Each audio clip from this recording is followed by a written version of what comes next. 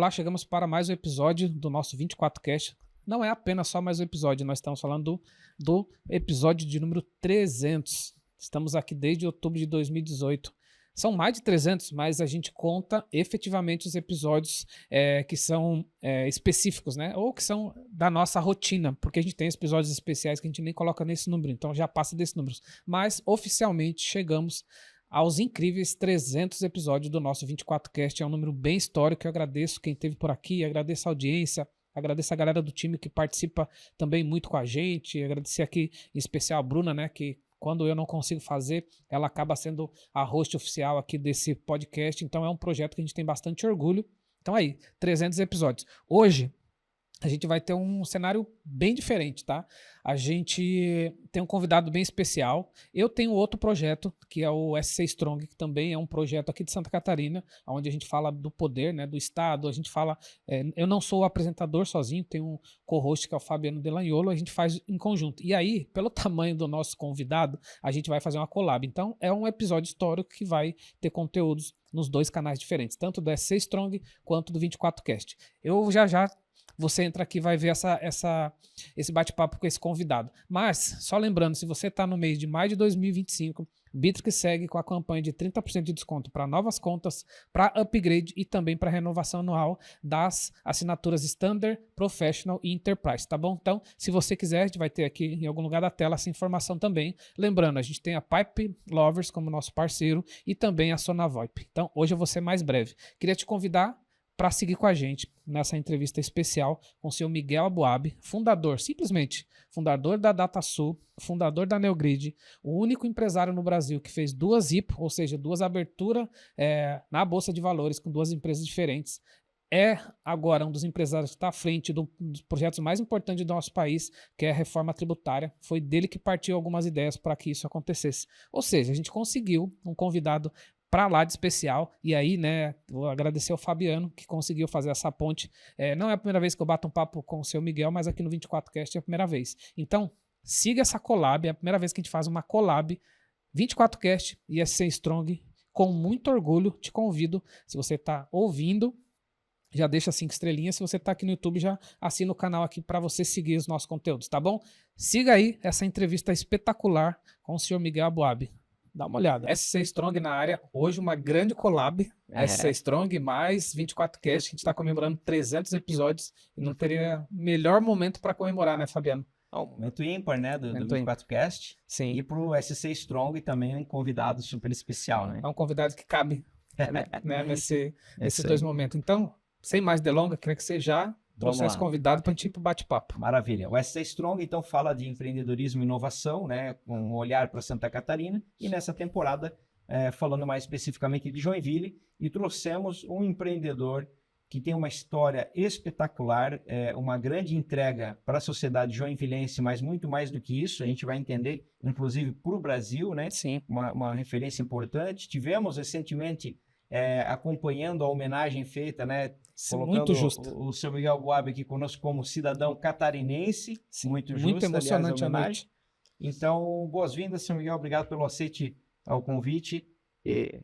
Opa, muito obrigado. Obrigado pelo convite. É um prazer estar com vocês aqui e compartilhar um pouco dessa minha história. Show. Que, afinal, muitas pessoas me perguntam, estão interessadas em saber sobre essa minha trajetória, né?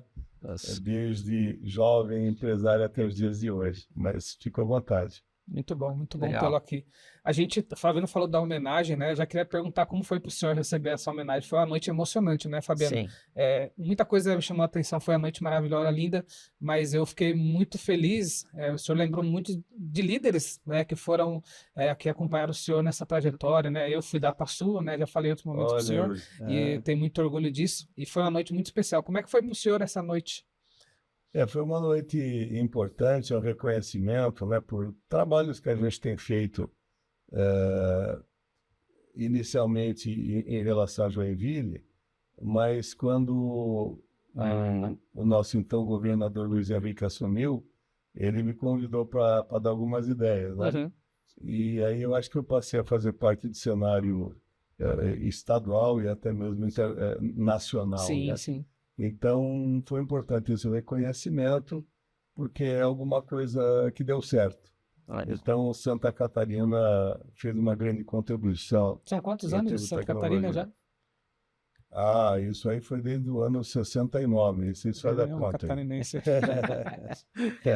Bastante tempo, muito bom. Foi uma noite linda mesmo, Foram parabéns. 50 a mais, né? Exatamente. Seu Miguel, a sua fala na homenagem assim, foi muito inspiradora, né? E você, inclusive, compartilhou alguns detalhes do início da sua jornada que são pouco conhecidos, né? Então, puder compartilhar conosco aqui um pouquinho, né? Quem é o Miguel Aboab, como começou, né? E acho que isso tem uma riqueza e uma Sem inspiração dúvida. legal aí também. Legal, bacana. Bom, a história da minha família, inicialmente, né? Então, sou filho de imigrantes, né? Meu pai veio de Israel, minha mãe da Turquia, se conheceram no Brasil e constituíram família. E eu sou o mais novo de 8 filhos. E, evidentemente, vida de imigrante era uma vida muito difícil, mas os meus irmãos mais velhos me ajudaram. Aliás, um dos meus irmãos havia feito, na época, a Escola Técnica Getúlio Vargas, que era a escola técnica, e mais tarde nessa escola técnica ele fez o ITA. Ele esteve na segunda turma do ITA em São José dos Campos. Ele se formou em 56. E aí eles tinham uma diferença de idade de aproximadamente 20 anos, e eu, enfim, admirava ele, e, inclusive ele tinha uma bicicleta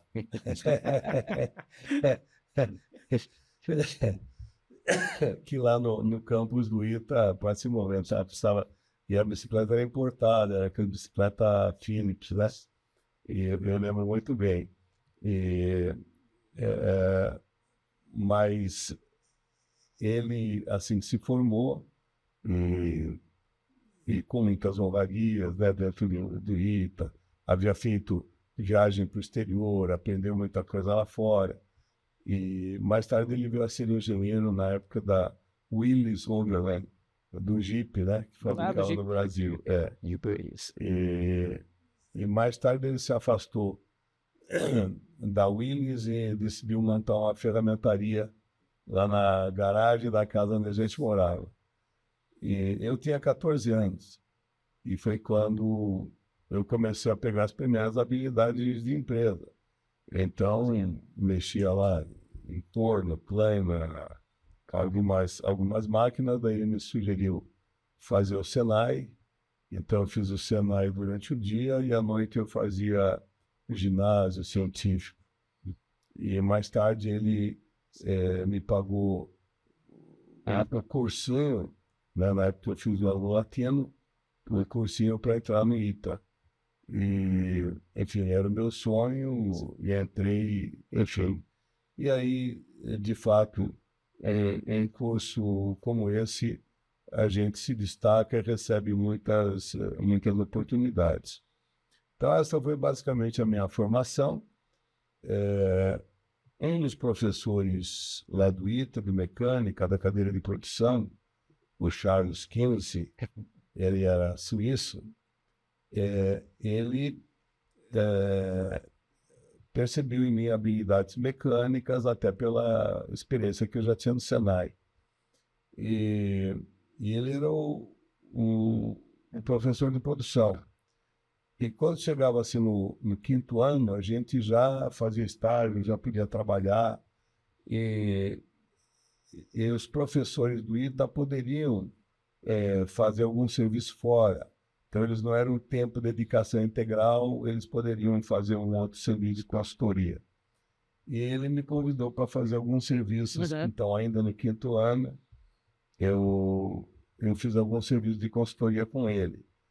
Enfim, várias empresas que não vieram ao caso.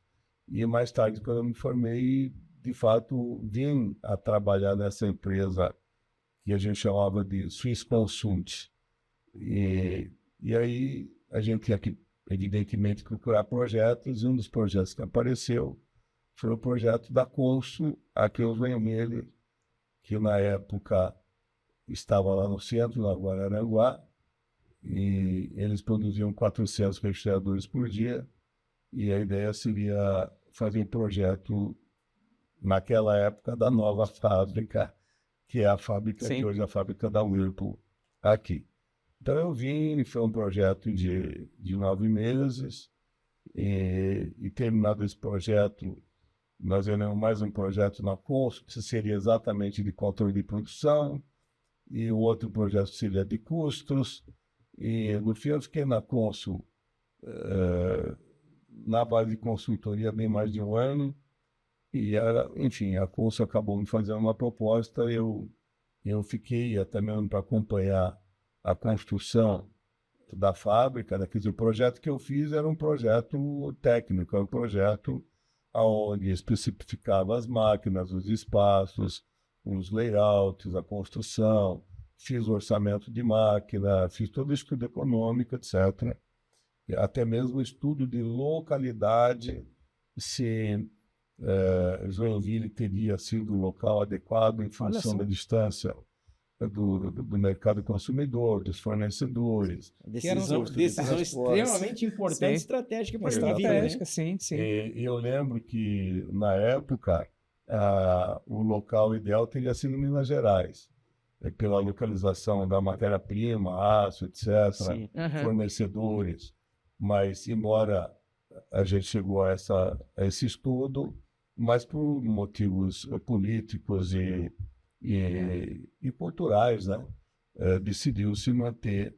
Quer dizer, até cheguei a calcular qual a diferença de custo se estivesse em Minas Gerais, se era o custo mais baixo, ou ainda aqui em Joinville.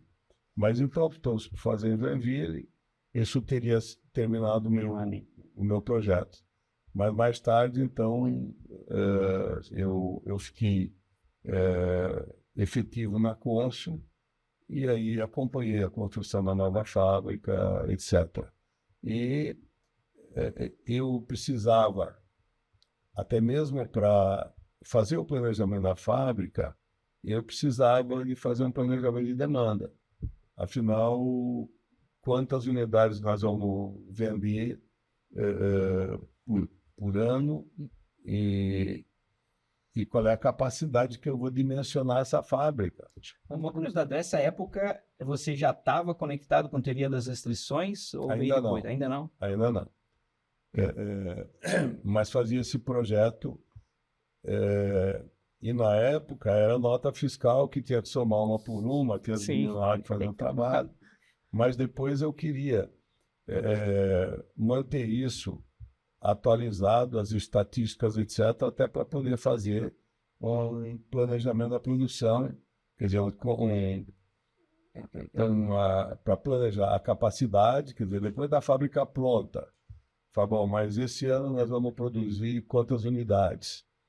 E a cada ano eu fazia um planejamento de capacidade e a fábrica já estava mais ou menos programada para fazer ampliações sucessivas. Então, se eu mexer mais nisso, eu aumento a capacidade. Se eu mexer aqui, eu aumento mais um pouco. Então, a fábrica inicialmente era para 750 unidades por dia, e depois, numa expansão, ela chegaria a 1.500, sem fazer grandes reformas.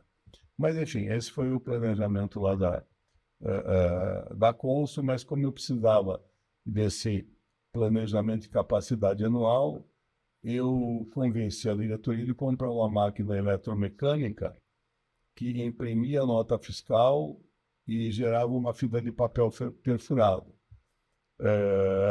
E aí, com essa fita de papel, eu ia no birô da IBM lá em Curitiba para ler a fita de papel, né, das diversas notas emitidas. E aí a gente tinha uma folha de uma página dizendo quanto que vendeu de cada modelo. Era o resumo das vendas do mês. Mas basicamente era assim que começou, né?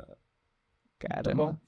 E aonde entrou a ideia de construção óbvio que não chamava RP nesse momento, né? Mas aí começou a nascer a ideia de um sistema de gestão, vamos chamar assim, né? daí, então, uma vez que tinha a fatura emitida, já tem a fatura, de repente dá para fazer o contas a receber. E eu também tinha muita motivação em fazer controle de produção em Sim. computador. E eu recebia, porque na época fabricantes de computador te davam o programa se você comprasse a máquina. E eu queria esses programas de controle de produção. E enquanto a maioria das empresas, enfim, no Brasil, usava o computador para fazer folha de pagamento e contabilidade, eu quis usar o computador para fazer controle de produção. Então, ninguém entendia disso, eu fui um dos primeiros a estudar, eu recebia os manuais, estudava esses manuais e implementamos o tal do Bill of Material, que é a lista de materiais, a estrutura de produtos, e que uma vez você fala, eu vou produzir tanto de cada modelo, a gente faz a explosão para dizer quanto que você precisa comprar de materiais. E isso era uma conta extremamente complexa. Né? E isso era o sistema chamado MRP, o Material Requirements Planning. E a gente fazia isso e fazia também a estrutura de custos, que a mesma estrutura que compra o material, se colocar o valor das matérias-primas, você tem o custo de cada produto. Então, eu implementei isso com sucesso, foi muito bacana, e o fabricante de computador trazia muita gente para ver a maravilha que eu estava fazendo. Que legal, né? Então, era uma aplicação na minha área, ou seja, na área de produção. E hoje tá até assim, é meio que óbvio esse tipo de solução nas empresas, mas imaginar que lá atrás isso era tudo manual quando era feito, né? E de fato uma mudança importante, né? Essa conta para calcular a necessidade de materiais a comprar eram muitas pessoas daquelas maquininhas Facite lá de fazer aquelas contas durante semanas. Então, você fazia o programa até ter o que de fato você vai comprar. E aquilo a gente acabava fazendo em um dia de computador para ter a necessidade de materiais. Bom, mais tarde houve a operação da Consul para a Whirlpool e nessa altura a Whirlpool já tinha, enfim, tinha pessoas com essa habilidade. Isso era já alguma coisa comum para eles, então eu não tinha assim tanta... Já não era o garoto ilustre, o garoto indispensável, né? Eu já tinha outras pessoas com essas habilidades. E achei melhor me afastar e criar a DataSul, já que muitos clientes ou muitas visitas, né? Demonstravam interesse naquilo que eu vinha fazendo. Então foi relativamente fácil, eu saí e criei a DataSul. E na época o próprio Vitor Freita, enfim, encontrei com ele, disse que havia saído e pedi para ele ir recomendar alguns empresários. Então o primeiro empresário que ele recomendou foi o Egon João da Silva, né, lá na VEG. E a VEG tem um sistema todo ele em papel. E, enfim, eu negociei diretamente com o Egon, enfim, e o Egon falou, olha, mas nós queremos formar equipe própria. E eu falei, tudo bem, eu tinha que contratar as pessoas, que não existia nenhum programador pronto, como vocês já têm hoje, né? Mas eu tive que formar as pessoas. E na época a gente escolheu linguagem de RPG, enfim, e sistemas tinha muita coisa de COBOL, mas enfim, eu formei os programadores e desenvolvemos os programas, só que o que eu combinei com o Egon é que aquilo que os programadores desenvolvessem com a minha orientação, eu poderia vender para terceiros. Seria um produto seu, né? Propriedade intelectual minha. E esse foi o começo da DataSul. O embrião da DataSul.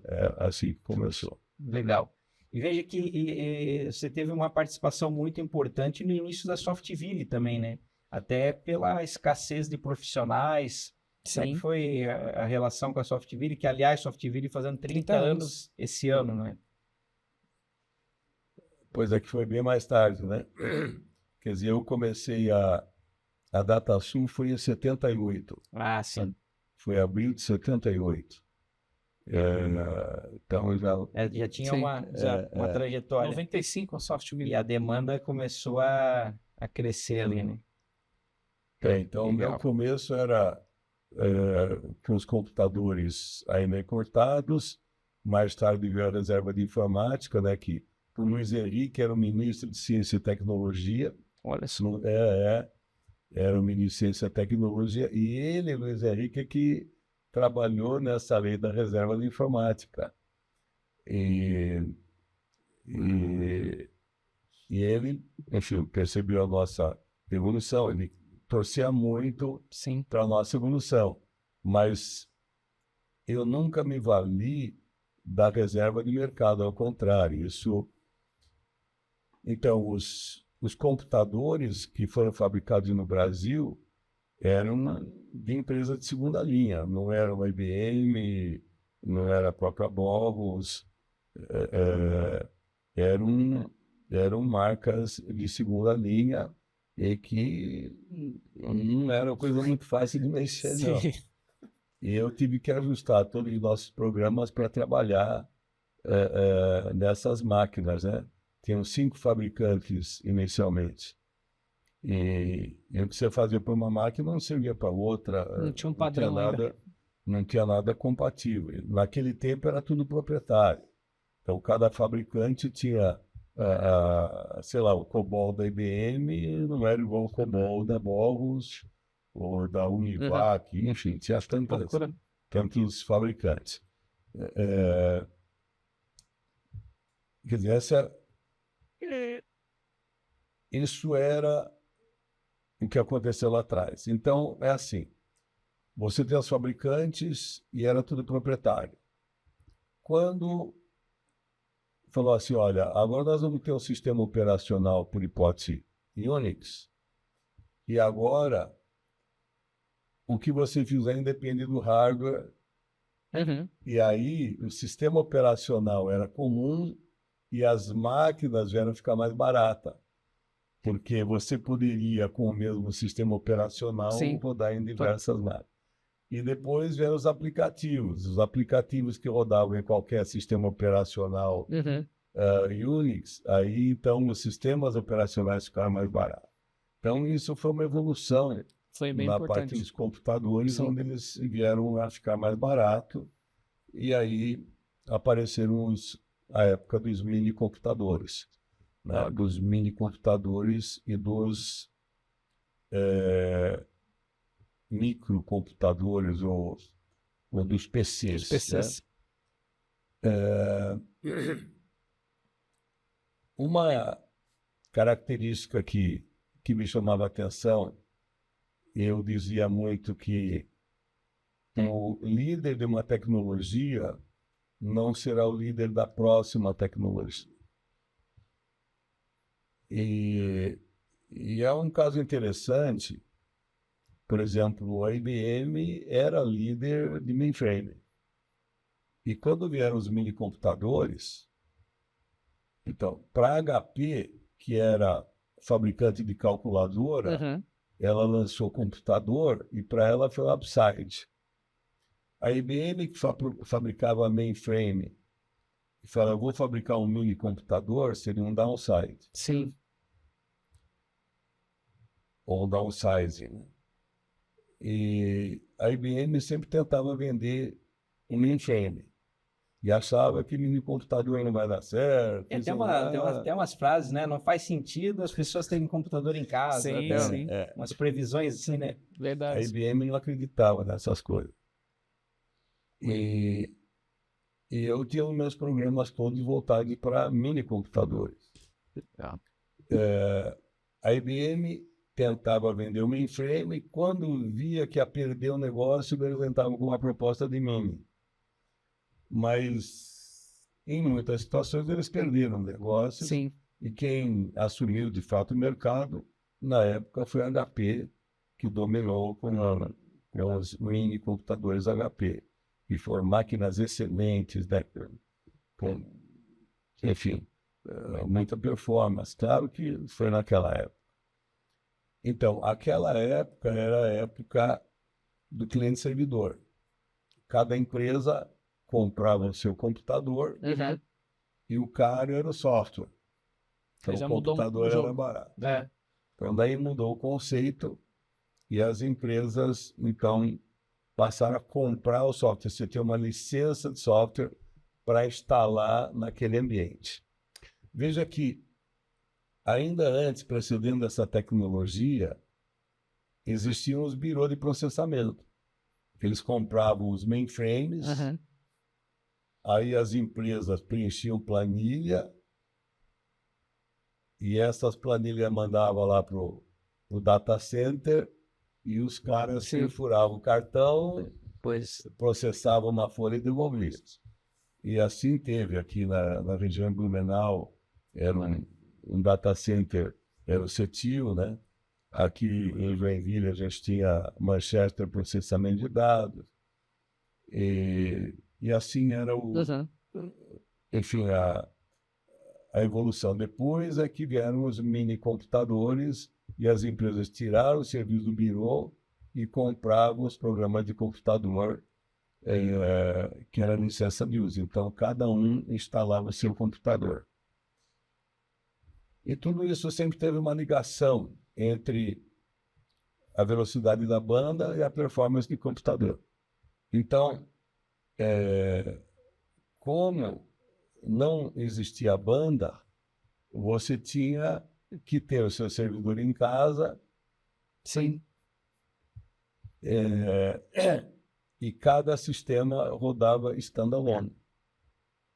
Então, mais tarde, com a evolução da banda, você até pôde ter os data centers com colocation, você deixava o seu servidor em um data center e tinha do lado de cá só os equipamentos menores. Eu diria que foi a primeira geração da nuvem, né, do que cloud. Foi a primeira geração, que é o que foi anterior à nuvem.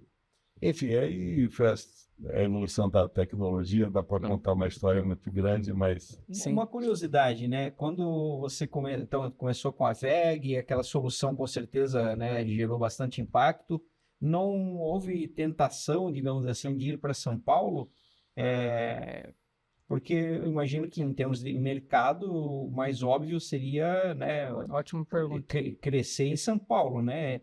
Santa Catarina ainda estava iniciando suas indústrias e tal, mas você acabou ficando em Santa Catarina. Tem alguma razão específica? Não. O nome inicial que a gente ia pensar ia chamar Dataville, que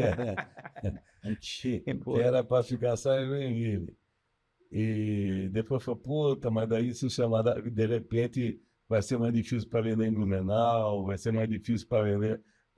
Então vamos chamar DataSul. Mas a gente já imediatamente foi para São Paulo e tivemos alguns clientes em São Paulo, mas todo o desenvolvimento sempre foi aqui, eu morei aqui, e a gente tem uma equipe comercial em São Paulo. Evidentemente que... E a minha experiência é a experiência de produção, de indústria. Então, nós nos destacamos com software para a indústria. E eu acho que até hoje... e temos clientes até hoje utilizando o sistema DataSul, embora com a TOTUS, e às vezes eu encontro um outro que fala, pô, Miguel, bacana, ainda usa o sistema. Encontro alguns clientes. Que legal. E a gente fica muito orgulhoso de saber que deixou esse legado. É uma indústria de software, no caso nacional, que deu um impacto significativo na performance da nossa indústria como um todo, né? Sim. Foi fundamental para gerar um divisor de águas. Gestão, efetivamente, eficiência, gerar eficiência, né? São Miguel, qual foi a importância do Elias Golden para sua carreira, para sua vida? Entre teoria das decisões, mas acabou, parece, com essa proximidade com ele também foi bastante importante para a tua carreira, né? Bom, eu li o livro dele na década de 90, alguma coisa assim. Acho que ele teria lançado nos anos 80. Já o Meta? O Meta. E eu li na década de 90. e me empolguei pelo conteúdo. E por uma coincidência, quando o Luiz Henrique assumiu a prefeitura em Joinville, eu acabei recebendo a visita aqui em Joinville da cônsul de Israel em São Paulo. E ela queria que eu organizasse um encontro com o prefeito, com faculdade. E eu, enfim, fiz o encontro, apresentei o Luiz Henrique, recém-assumido, e ela fez um convite para o Luiz Henrique ir a Israel, que Israel estava fazendo um programa do prefeito, tudo isso. E o Luiz Henrique falou, legal, mas eu vou se o Miguel for junto. E ele me encaixou nesse programa, e claro, a gente tinha um bom relacionamento também com Israel, e nesse relacionamento teve relacionamento de negócios, empresas, demonstrações. E eu acabei conhecendo alguém lá que tinha um software que trabalhava exatamente dentro dos conceitos que estão no livro A Meta e que fazia todo o sistema de programa. Eu gostei, foi nessa viagem com o Luiz Henrique, eu gostei e já organizei para trazer esse produto para Joinville para a gente vender no Brasil. E daí eu falei, bom, já que nós estamos vendendo um produto baseado nos conceitos de Eliapo de Rodras, aí nós fizemos um evento em São Paulo e convidamos, eu não conhecia Eliapo Rodras, mas convidamos a ele para vir. Ele, claro, cobrou o fee dele. E, enfim, foi muito bacana. O mais bacana é que o meu nome ficou no mailing list dele. Então, todas as coisas que ele fazia, desenvolvia, novas ideias, coisas que ele ia fazer, eu era sempre convidado e participei em muitos eventos internacionais. E, embora a maioria das pessoas que frequentavam eram consultores, mas eu é que tinha uma empresa de software e que queria implementar todos os conceitos no software, né? Eu apliquei muitas coisas e hoje muito do que a gente fala da cadeia de suprimento são muitos conceitos que eu aprendi ou desenvolvendo no próprio Eliapo Rodras. Mas Então, ouvindo a sua história, nada assim também tão distante do que já era mais ou menos a sua mentalidade. Quando escutamos você falar de análise de demanda, o próprio desenvolvimento de software DataSul para gestão, sim, já tinha um pouco, ou pelo menos me parece, né, que quando você conectou com a Meta, já era uma coisa que já era um anseio aí, uma prática sua, né? Faz sentido?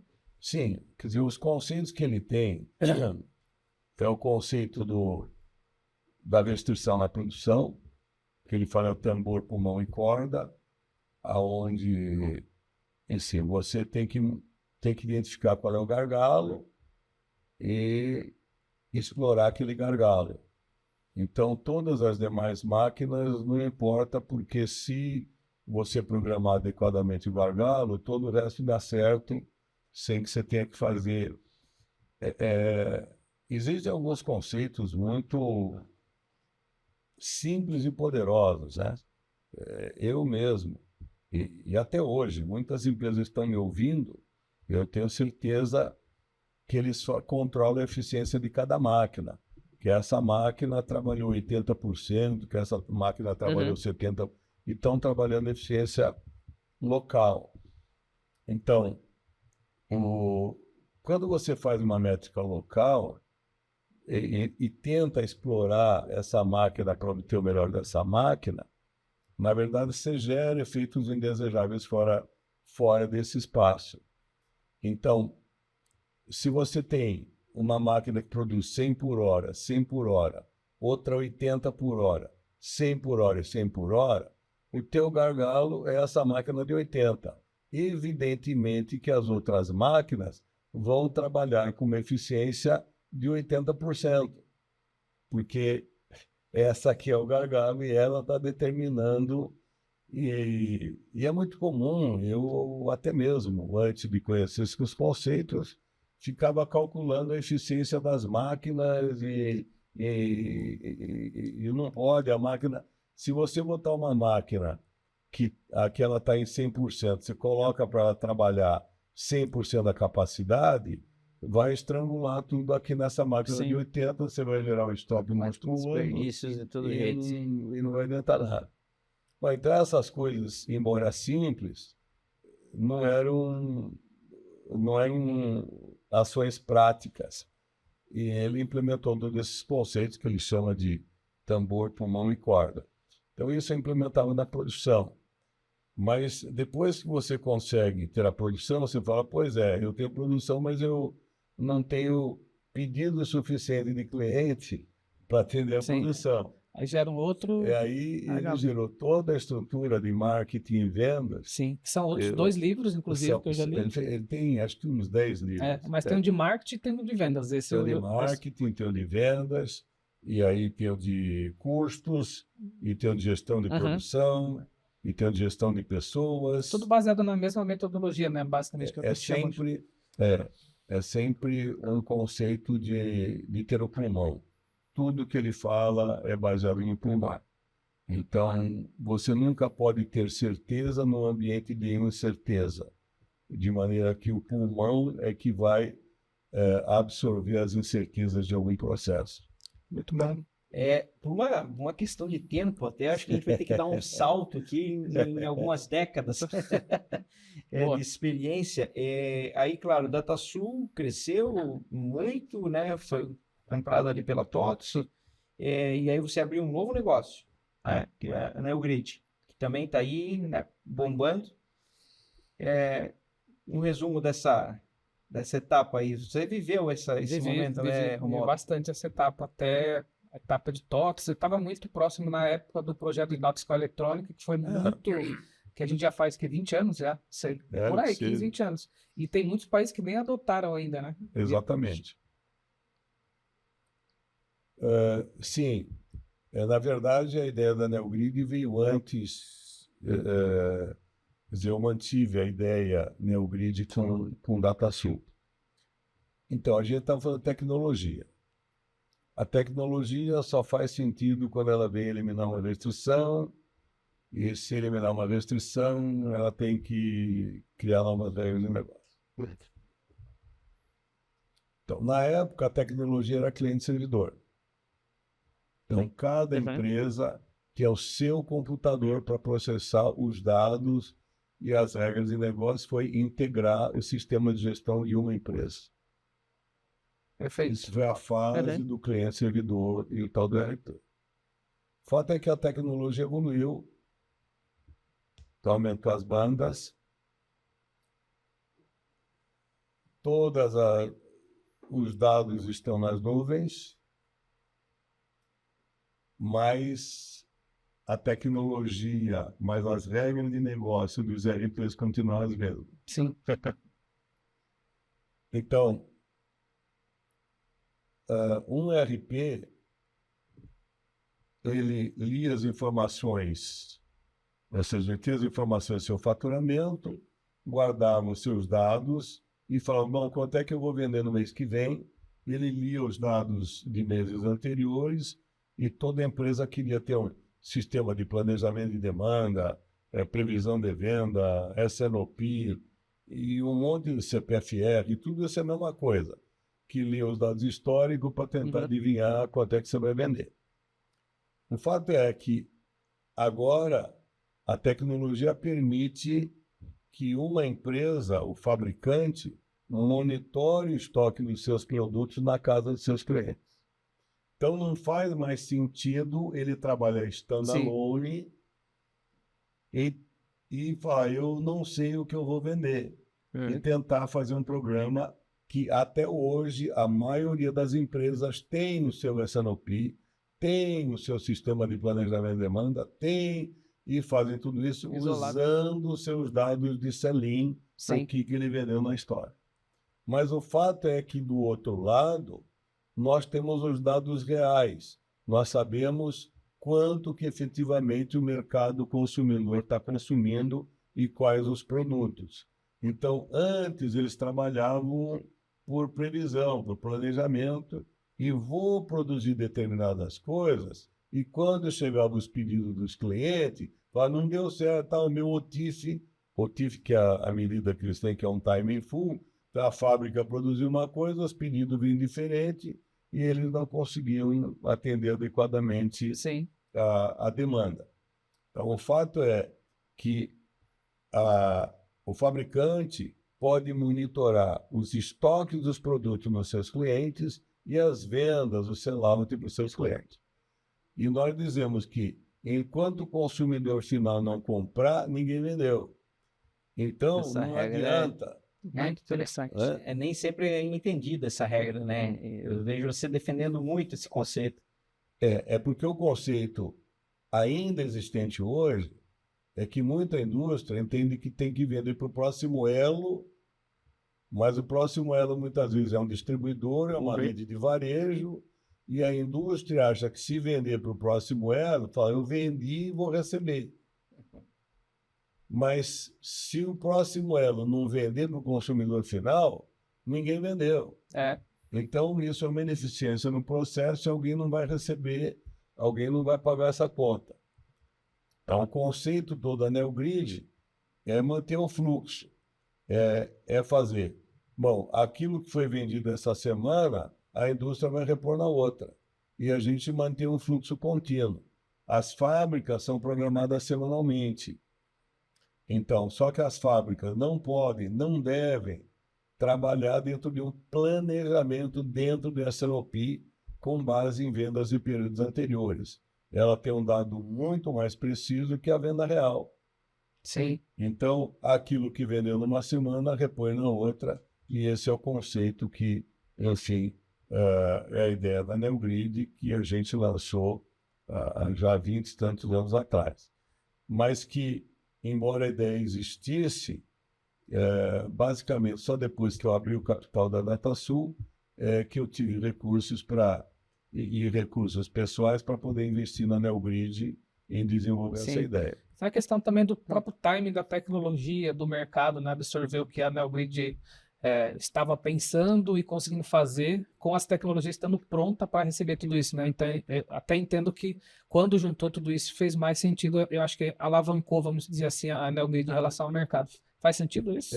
Mas é muito mais cultural. Né? É muito mais que a empresa está acostumada a fazer assim e sempre ela assim. faz assim, você quer mudar o jeito do que ela faz. Assim, da Gabriela. Aí então vem empresa como SAP, que fala, não, eu tenho aqui as melhores práticas, e o cara fala, então eu quero, e coloca as melhores práticas. Mas as melhores práticas não dão os melhores resultados, porque a tecnologia permite mudar as melhores práticas. E, bom, eu gosto daquele exemplo do hotel lá, que você já deve ter ouvido algumas vezes, que hotel, o check-in é meio-dia, o check-out é meio-dia. É a melhor prática ou é a prática que todo mundo tem. Sim. Mas não é o melhor para atender ao hóspede, atender o seu cliente. Melhor para quem, né? Porque sempre foi assim, a ortodoxia. Então, você fala, bom, se a tempo de check-in, ou a tempo de reserva, você diz a hora que você quer entrar e a hora que você quer sair, os algoritmos vão dizer se eu posso atender, custa tanto, ou não posso atender. Então, você faz a reserva de acordo com a sua necessidade e você não tem que ficar com aquela história de chegou tarde, espera na recepção, ou chegou às 7 da manhã, deixa a mala aqui, o quarto não está pronto, ou você tem um voo que você vai sair às 10 da noite e você quer ficar até às 8 horas no hotel. Uma diária a mais. Isso, digamos assim, é cultura. E você fala com os caras que tem hotel, eu já falei um monte. E fala, não, mas é assim, pô, é assim que a gente trabalha e os caras não querem mudar. É a cultura. Sim. Ô, Fabiano, sei que tem caminhando questão de tempo, tem dois assuntos que a gente pode matar. Não dá para deixar, né? Que é a abertura de capital das duas empresas, que a gente pode ir rapidamente, e depois falar sobre o momento atual da questões fiscais que a gente está trabalhando. Então, a gente começa... Cara, eu acho que a gente focaria nas questões fiscais aí, nesse novo grande projeto aí que você está buscando, né, Miguel? E é uma história já de longo prazo que Sim. vem sendo trabalhada. Hoje, claro, tá todo mundo falando, mas é um negócio que começou lá atrás, a duras penas, né? Eu lembro, eu acompanhei há alguns anos atrás o Miguel apresentando na CIG, por exemplo, a proposta, né? E ok, todo mundo, legal, mas tá, beleza. Mas hoje é uma realidade, né? E que vai transformar o nosso país. Acho que falar um pouco sobre isso realmente, né? Então, a reforma tributária de novo, Luiz Henrique. Aliás, foi um grande estadista, né? Você conviveu com ele, fez a diferença, né? Sim, sim. Então, o Luiz Henrique, quando assumiu o governo do Estado, me chamou e me colocou um desafio. Miguel, será que você não consegue simplificar o sistema tributário? Pô, Luiz, pede um negócio mais fácil, né? Mas, de qualquer maneira, eu acabei estudando e pensando em algumas soluções. E a coisa que me veio à mente é que o boleto, você tinha um valor, que é um valor que você pagava para o comerciante, né, para o teu fornecedor, e o fornecedor que teria que recolher os impostos, né, o imposto que você pagou. E eu falei, olha, se a gente separar o valor da mercadoria, o valor do imposto no boleto, quando paga o boleto, o valor da mercadoria vai para o fornecedor, o valor do imposto vai para o governo. E aí simplifica tudo mas é isso, é tão simples, é sensacional, pois é, dá para fazer. Bom, mas entre essa ideia que surgiu em 2003 e até hoje foram 20 e tantos anos nessa luta. Tudo isso me levou a ministro, porque não daria para fazer para Estado só, precisaria ser nacional, né? E, enfim, fiz muitas palestras, mas era o Palocci, era Manteiga, quer dizer, falei com todo mundo lá, todo o governo, mas quem mais se aproximava dessa história toda, o Bernardo Api, ele era secretário no primeiro governo Lula, e ele tinha ideias de reforma. E, embora a gente conversou, mas ele também não deu muita bola para aquilo que eu vinha falando. Mais tarde faleceu o Luiz Henrique, quem assumiu foi o Paulo Bauer, e o Paulo Bauer marcava reuniões, marcou uma reunião com o ministro Levi, marcou uma reunião com o Rauli, e o Levi ficou maravilhado. Como é que não pensamos nisso antes? O Rauli falou, Miguel, onde é que você andava? Eu falo de reforma tributária há tantos anos, se eu soubesse a tua ideia. E o Rauli virou realmente um defensor da minha ideia, e o próprio Levi. Mas o Levi estava no governo Dilma, não terminou, e foi para o Banco Mundial. E o Levi, inclusive, me chamou em Washington para fazer uma apresentação na FMI, para ver se alguém tinha alguma coisa parecida, e ninguém tinha. Mas o conceito que, afinal, a gente está colocando é que é de novo ortodoxia. Então, o cheque que a gente conhece, ele faz um débito e um crédito.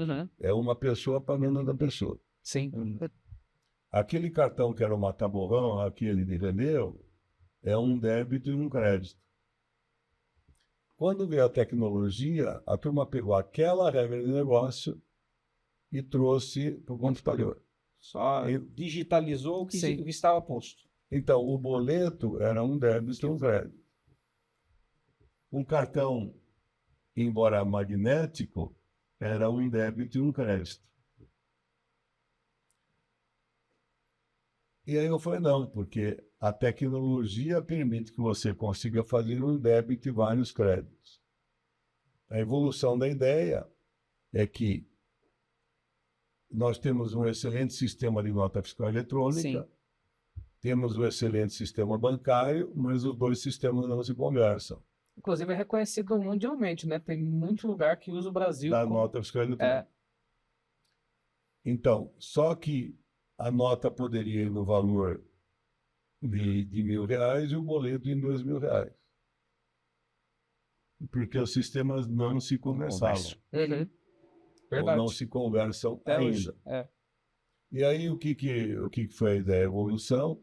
É que no documento de liquidação financeira precisa constar o número do documento fiscal que deu origem àquela transação.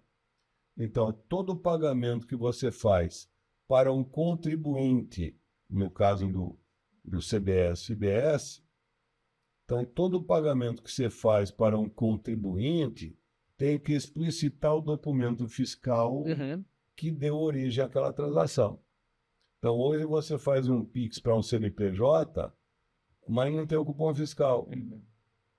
Sim. Aí abre margem para tudo que é tipo de erro, inclusive De sonegação. conciliação. Isso tudo.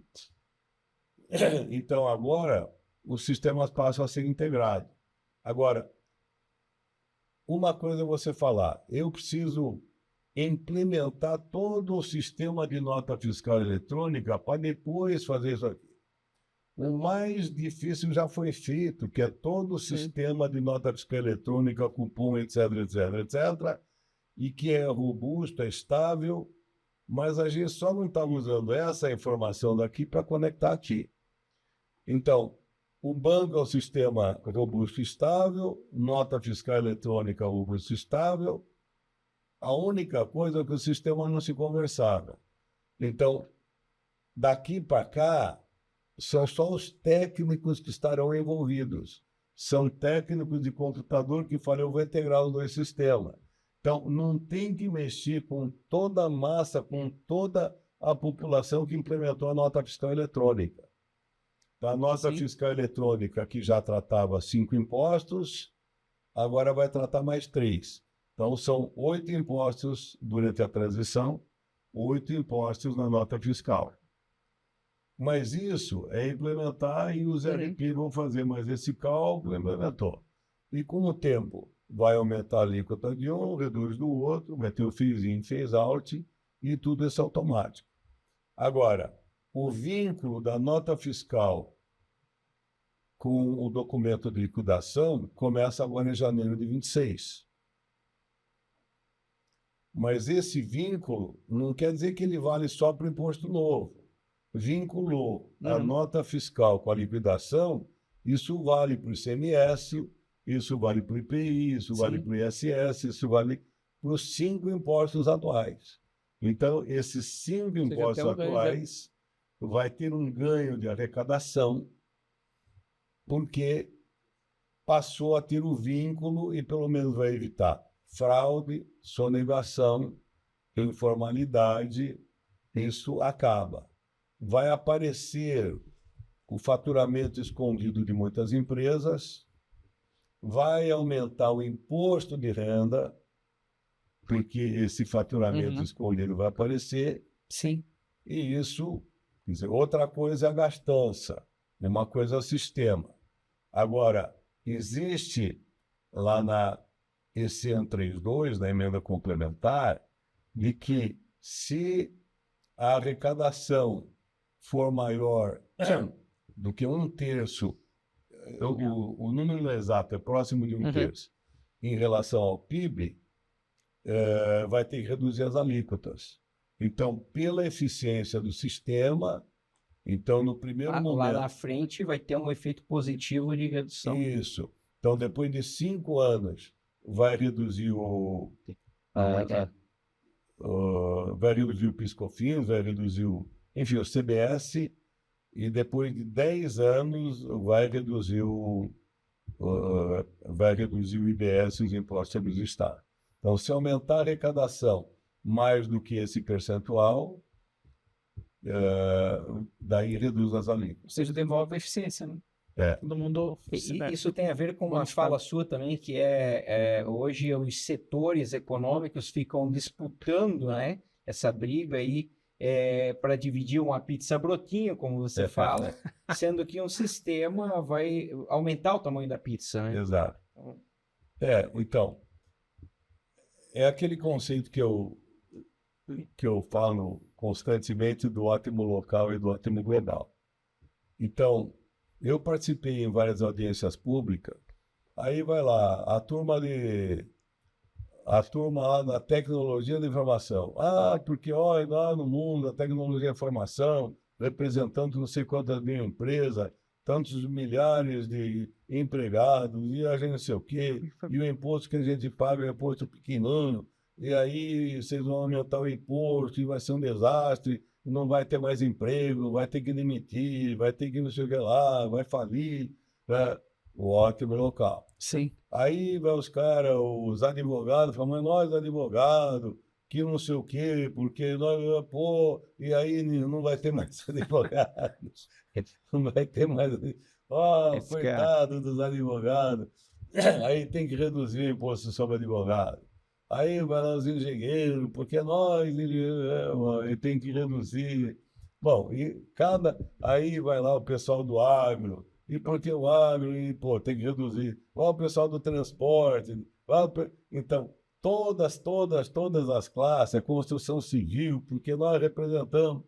Bom, e todo mundo foi lá trabalhando para o seu ótimo local e falou, bom, você tem que reduzir o meu imposto, e isso é o conceito que tem você, para melhorar um lado, você estraga Sim. o outro.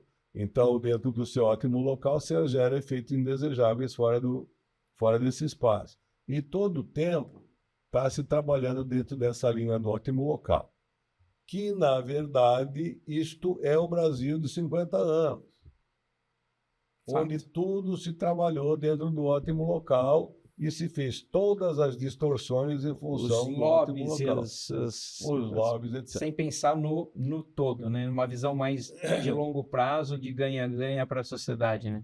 Então, o fato é que esse sistema tributário, ele prevê regras que originalmente seriam uniformes para todo mundo e fala, então você está tendo o Estado pode definir a alíquota que for, mas essa alíquota é para todos os produtos e serviços.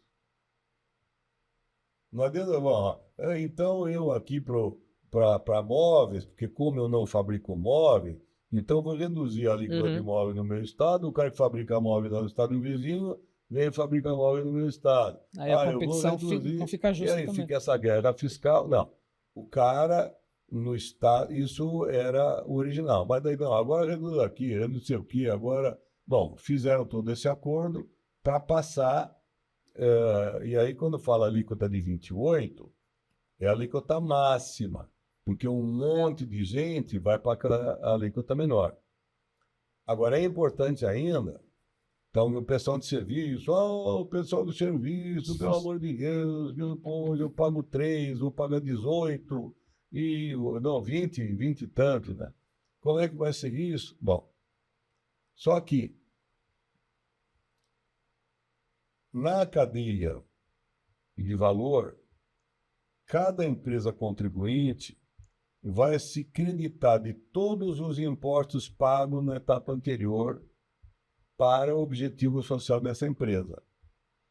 Então, você comprou matéria-prima, você comprou máquina, você comprou lixas, eu digo lixa porque hoje não acredita, broca, você comprou a ferramenta da ferramentaria para fazer... Não, isso não vai no produto, não dá direito a crédito. Ah, sim. Então, tudo isso são impostos pagos na cadeia de valor, mas que a turma não vai se creditando e esses impostos são cumulativos e virou custo. E quando é uma cadeia longa, você fala, agora eu vou vender automóvel, você não é competitivo porque teve todos esses... lá de trás. Tudo isso veio acumulado. Certo. Então, o sistema agora fala,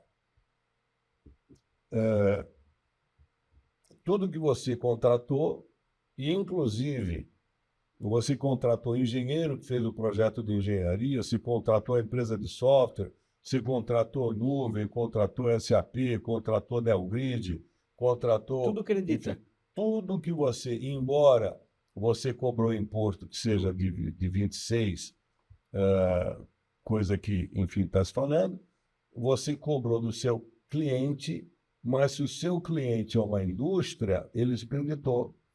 Seria um contribuinte. Então, isso vai até o consumidor final. Então, o consumidor final, agora, como ele não é contribuinte, ele vai pagar aquele imposto, sei lá, por hipótese de 28. Que hoje, esse imposto é muito maior do que 28, e se você pegar tudo que foi acumulado, tem também a parte que está no custo, mas que, na verdade, é uma parte do imposto embutida. Sim, Que não você aparece, pensa né? que não aparece. Não aparece. E fora o que você paga de imposto, se você calcular o por dentro e por fora, e mais o IPI que também não creditou, e mais não sei o que não creditou, esse imposto fica muito grande lá na ponta. Bom, quando você vai exportar, é isento, porque quem vai pagar esse imposto é o consumidor lá fora. Então, a nossa indústria passa a ser mais competitiva.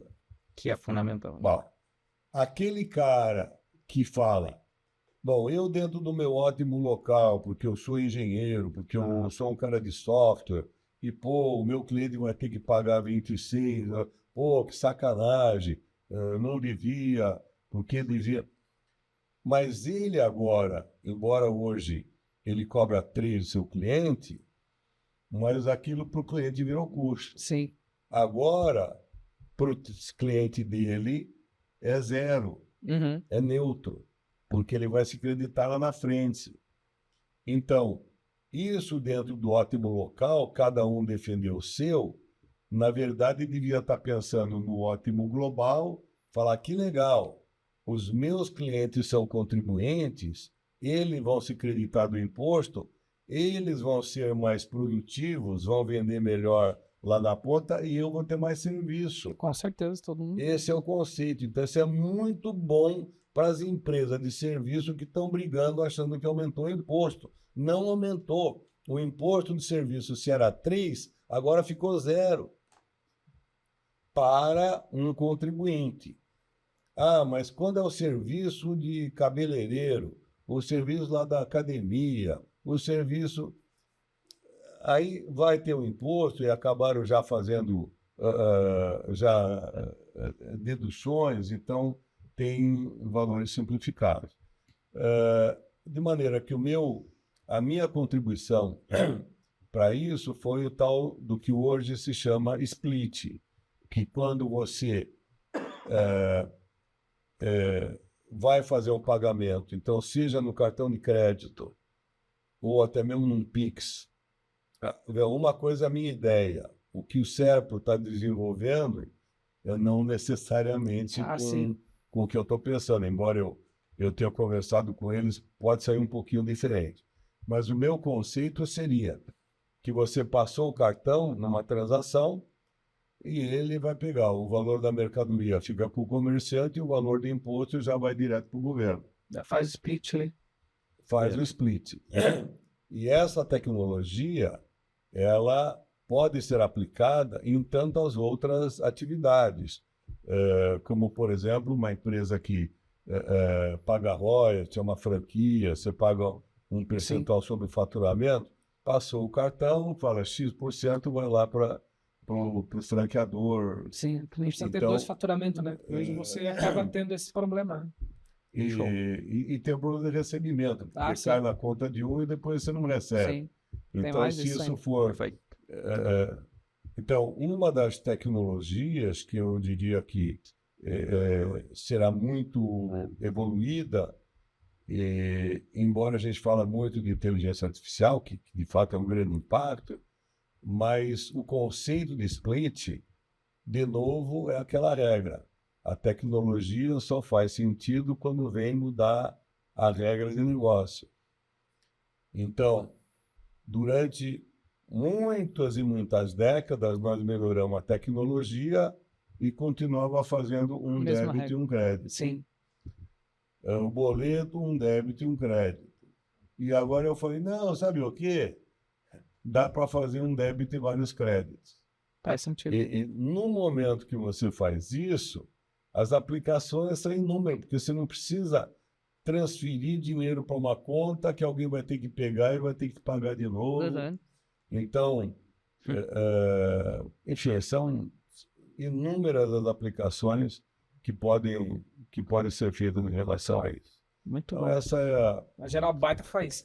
Bom, acho que é isso, né? Nós estamos com tempo. É bastante conteúdo. Eu até queria fazer uma outra, mas a gente não vai ter tempo. A provocação, bem rapidinho, né? Que na tua explicação também, essa guerra fiscal, ela tem um lado muito perverso que não aparece, que ela privilegia a ineficiência também, né?